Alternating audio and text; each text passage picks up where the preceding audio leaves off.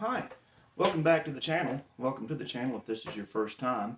I got a request from one of my Facebook friends to talk about my autism diagnosis story. And so before I get into that, if you wouldn't mind liking and sharing and subscribing to the channel, if you like what you hear, I'd really appreciate it. And that way I'll know what you want to hear me talk about in the future. My autism diagnosis story starts when I was about 6 months old. That was when my mother started to notice that there was something different about me because I started to speak in fluent sentences at 6 months old, but I didn't learn to walk until I was 3. So I guess you could say that I could talk the talk, but I couldn't walk the walk. Or as my mother liked to say, I couldn't walk, but I could sure describe it to you. And so, for about 4 years, my mother knew that something was different about me, but we didn't really know what it was until I was about 7 years old. I went to see a child psychologist for the first time, Dr. Pitts, and he diagnosed me as having ADD, but he didn't know what the other issues were. He knew that there was something else going on, but he didn't know what it was, which is kind of surprising to me because he's a psychologist. He's supposed to know this kind of stuff, right? So he told my mother that we would just have to treat the ADD for the time being. That would be the best that we could do.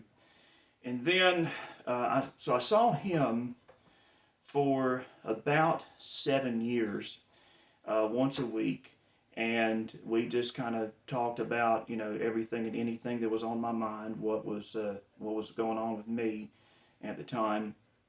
And then at about 14 years old, I finally got the diagnosis, and I remember it like it was yesterday. It was a Christmas break here in the United States, just a few days before Christmas, as a matter of fact, and my mother got a call from Dr. Pitts, and he basically said, I think I know what Tristan's diagnosis is. Can you bring him to my office next week for an appointment? And so we met in his office that next week, and he came in and he told us about how he had been at a seminar about the week before, and he had heard this British psychologist, probably Tony Attwood, although I don't know for sure, talking about the characteristics of Asperger syndrome, and he said that as he was sitting there listening to him, that he thought to himself, that's Tristan to a T.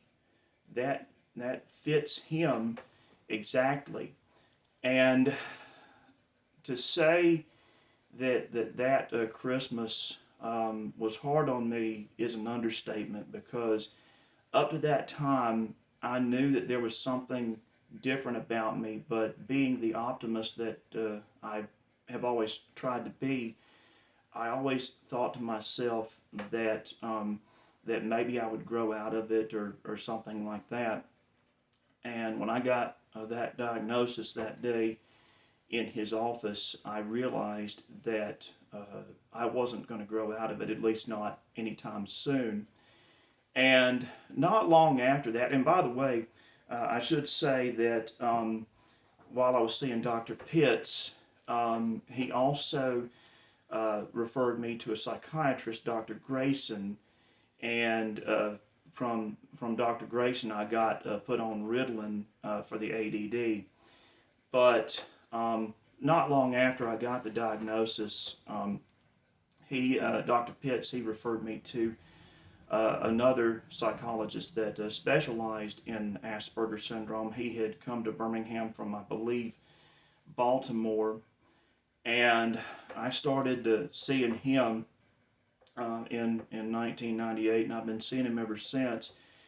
And it was at that point that I started to realize, well, this other therapist had told me, this therapist that specializes in Asperger syndrome, he had told me that I would probably grow out of it by the time that I was 25 years old.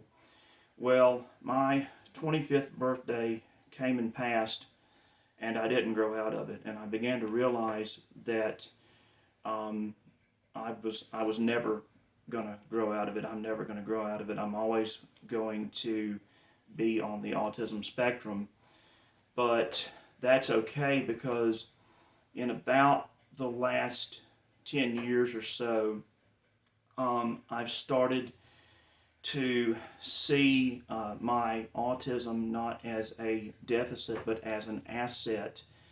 There are many characteristics of my autism diagnosis that I have been able to use to my advantage. Like I'm very intelligent, I'm very articulate, I'm very musically and artistically gifted, and so I just wanted to post this video for anybody that may need to hear this, to let them know that your autism is not a deficit. It's not something to be reviled or be ashamed of. It's an asset to be embraced. And so I hope that you can find some inspiration from that. And if you like what you heard, then please be sure to like and share and subscribe to the channel. And thank you very much, and I'll see you on the next one.